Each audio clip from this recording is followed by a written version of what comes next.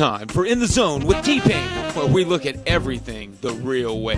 Real talk, real problems, real solutions. And now, here's your host, T-Pain. Welcome to the Zone Radio Ministries. This is our first web TV series. And in the studio with me today, I have none other than Pastor Daron Lee himself. Now, he's currently the city council for Warner Robins, and he is running for mayor. That's right. That's right. Thank you so much for the invite. Yes, sir. You know, it's hard for me to get in contact with big-time celebrities like you. Well, you know how I feel, man. So it's good to be a part of that whole celebrity process. But now, let's get right on into it. Yes. You're running for mayor. Yes. And I've seen a little bit of the campaign, like the whole town hall thing they had going on. What difference are you planning to make in the city of Warner Robins for the people? Actually, I want the city government to be more efficient. Mm-hmm. I really want us to concentrate on economic development, focus on youth development, mm-hmm. and really strengthen our partnership with Robins Air Force Base as well. Now, youth development is something close and dear to my heart, and you may know, you may not know, because we deal a lot with at-risk minority male youth. Right. What kind of positive change do you plan on making for the youth? Well, first and foremost, with me being in leadership, I will see to it that the sports complex will be completed ASAP. No, sports complex. What's that? Well, the sports complex it's on the Parks and Recreation. It's the new sports facility that ties it, where you have the new recreation department. Mm-hmm. New basketball courts, mm-hmm. New softball fields, baseball fields, soccer fields, things of that nature. We're trying to cover all of the avenues and the interests of sports here in Warner Robins, Georgia, keeping the kids, keeping them engaged. Engaged. Yes. Engaged, because that has. You don't need to do something besides watching playing the Wii games and on Facebook. I'm in agreement with that. However, how they gonna get to all these places, being that there is no transit? They're gonna catch a cab? Well, not at all, because I'm glad you touched base on that, because really, in order to even catch a cab, to go across town to get to the programs, the services, the federally funded services, it's $50 round trip. And really? Yeah. I had no idea cabs like that. $50 to get from here to. Here to get to child support, DFACS, Department of Labor, the board, the health department. A lot of people getting locked up then, huh? Absolutely. They can't get the cab fare. They can't get the cab fare. And you understand, that's why certain crimes, areas of crime is high, mm-hmm. because people are lacking. They're unemployed. They don't have the skill that's needed at this day, this present age, to receive employment. They lack transportation, and people are in need of money. Mm-hmm. The economic crunch is really hurting a lot of people. Now, you're talking about crime and the things that are happening. Now, I have done some work in one of the communities over near Sewer Circle. There is not any kind of police involvement in that area. I mean, what are you going to do to try to reduce the crime rate that's happening now? Well, the first thing we have to do is we have to get the people educated in regards to the severity of crime in that area, and get them to really claim their community back. We have been speaking with the police department and trying to implement some form of community policing that could be funded by grant money. Mm-hmm. We talked about neighborhood watch and things of that nature. So what I have started doing, what I've been doing is having quarterly town hall meetings over in the Sewer Circle Park, mm-hmm. so that people can be informed. They're informed about public safety in that area, bringing in the police department, and actually trying to get the police department to go out and walk some of the streets and the communities mm-hmm. in that area, to build a better relationship with the residents there. So they can trust them.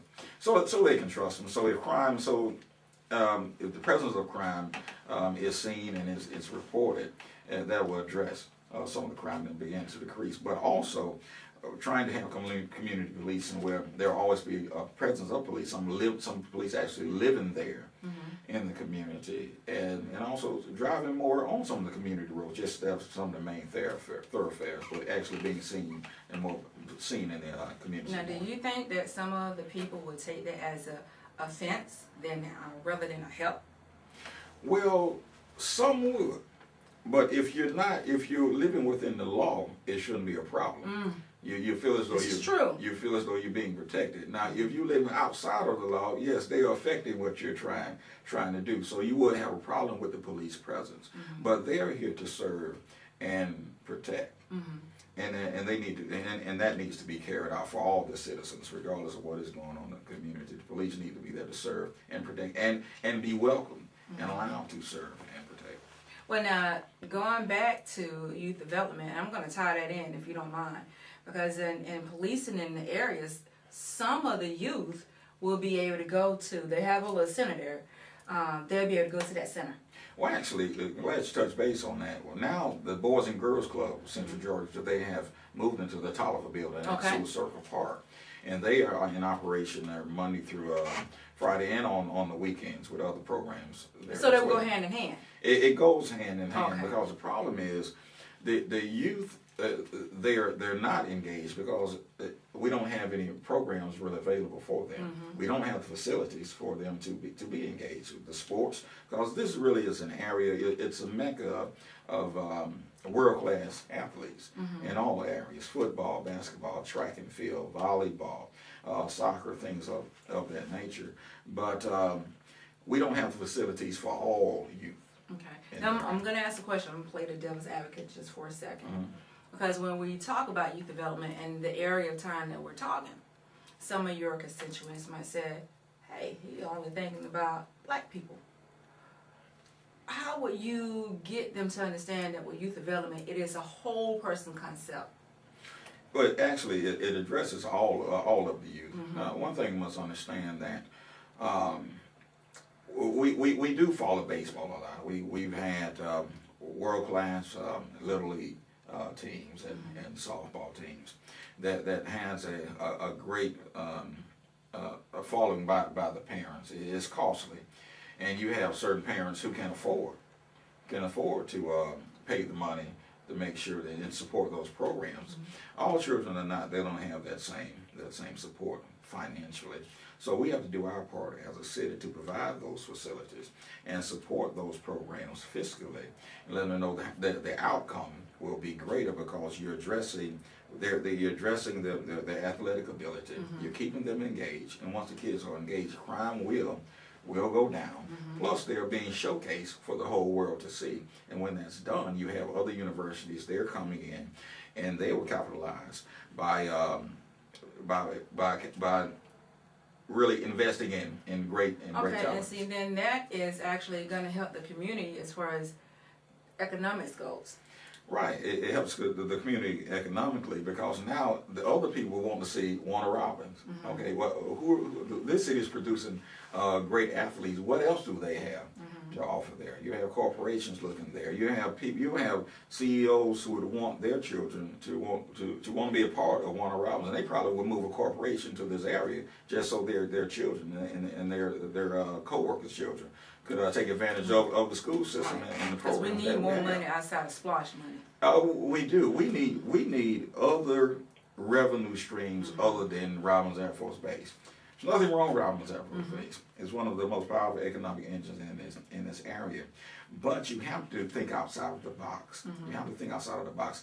Added extra revenue streams. It addresses not only it addresses not only the youth development, but also it's a plus when it comes to taxes.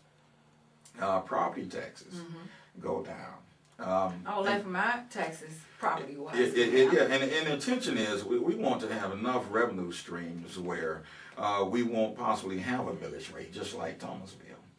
But Thomasville, they think outside of the box. They take advantage of the resources around there. But in Warner Robins, we have the same potential to be that city that you can prosper and also address safety. We just have. When you say safety in what regard? Say a community, quality of life, things of that nature. We want all communities safe. We want kids to be able to walk to school and be safe. We want people to be able, when they go to sleep at night or when they go on vacation, they can come back to the home that they left in the way that they left it. They address drugs. We address the areas of concern that have infiltrated some of the cities in this area, some of the communities in the city. Have there been concerns? Yes, they have been concerns. It's when you look at human trafficking, the new terminology, human trafficking as well as the drugs, that has been a great concern over in North Davis Drive area. Wait a minute, hold up. There's human trafficking going on in Warner Robins. Oh yes, it is. We're talking about human trafficking, like sex trafficking, prostitution. Yes, and for some of you who don't know, that human trafficking is the new word for prostitution. Oh yeah, around the first of every month.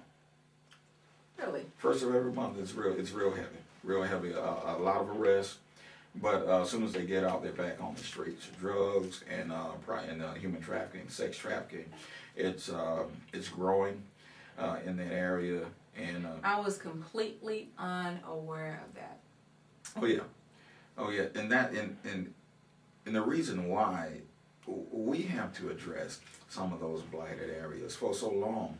The North Davis side of town, it has been untouched. A lot of the businesses have moved out, and with the businesses moving out, you have certain families who've moved out, and the concern for this area has also moved out as well. And now you have a lot of renters or rental property in the area, so you have people who transfer in and transitioning out, basically. So, with that being said, we have to do what we can to address the blight. And we have to have the key individuals around the table. One thing I found out, just because you're a public official, it doesn't mean that you're an expert in certain areas. But you have to pull in the experts around you to address some of the areas of concern. Well, all of the areas. And so we need like that collaborative effect. Absolutely. Being the president of the Warner Robins Collaborative Partnership, we do have the access to those resources. We have the knowledge. So you already are in connection with the right people. Yes, the seeds have been planted, and actually, they're already connected with the right people who want to invest, who want to be a part, who want the citizens to take advantage of the programs and the resources that are available to them. I think a lot of times we perish because of a lack of the knowledge, a lack of knowledge and vision. Yeah, you wouldn't think that people would lack knowledge about Facebook and all that stuff that's happening. Well, we the social media, yes, we discuss certain things, but a lot of areas of concern, they don't make it to social media because your problem. We're in the area now where your problem is not my problem. It's yours. But if you have a problem, I have a problem. If your community is failing, eventually mine will fail as well. We have to really collaborate in the house. I mean, in the municipality, within the city of Warner Robins, and that has to pour out in the community. Everybody has to feel as though they're included. Yes, and so that's where you seem like to me you're bridging the gap between the local city government and the community. Oh, absolutely. It was a communication gap, a trust gap. There as well, because from what I hear, certain citizens feel as though they don't voice their opinion because they feel as though it's not taken into consideration, and I want the people to know that we work for them. You know, they don't work for us. You know, and they need to become more involved in the government, become more involved in the education process. Well, now we're getting ready to wrap this up, and I hate to cut you short. That's fine. But I want to ask one last question. Where does this passion come from for the people? The passion for the people comes from being involved with the people, hearing the people's cries, seeing what needs to be done. I remember when I came back 13 years ago from California, I saw there was a great need for the youth development in the area. And I was wondering how in the world can we get the facilities and things of the nature. My grandmother, Ada Lee, she was telling me you need to talk to the mayor, you need to get involved in politics or some programs. And the more I got involved with certain community programs, the more change I saw needed to take place. But I was not in the position to allow the change, to make the decision for a change to take place. And that's why it pretty much led me why I wanted to become mayor, because that passion for the people. And people are perishing. We want this to be a place where dreams come true, not a place where dreams die. This is a place, it's a gold mine of prosperity academically, economically, and we have to take advantage of all those opportunities, and it's for everyone, not just someone. I'm running for everybody. I'm not running for myself. This is all for the people, and I see the need, and I see true the servant. I'm a true servant. So, you know, if I had to, like they say in church, give this a title, I would call it Impacting the Community for Positive Change for All. For all, for everybody. We want this to really be the true international city. Now, how would our viewers go about finding out how to read up on your platform? Actually, go to www.Daron, D-A-R-O-N, Lee, L-E-E, the number 4, mayor.com. And you will find all the information in regards to the campaign, all of the information in regards to what we're presently doing, currently doing, and what we foresee ourselves doing within the city and for the citizens of Warner Robins. Thank you so much for coming. Thank you for the invitation. You know, I'm so humbled to have you here in the studio. I feel like I need to get your autograph or something. But we do wish you well in your endeavors, and we'll be praying for you every step of the way. I do believe that if you all go out and just look at his platform, you will be as floored as I am right now, because I feel very sincerely that he has the people's best interests at heart.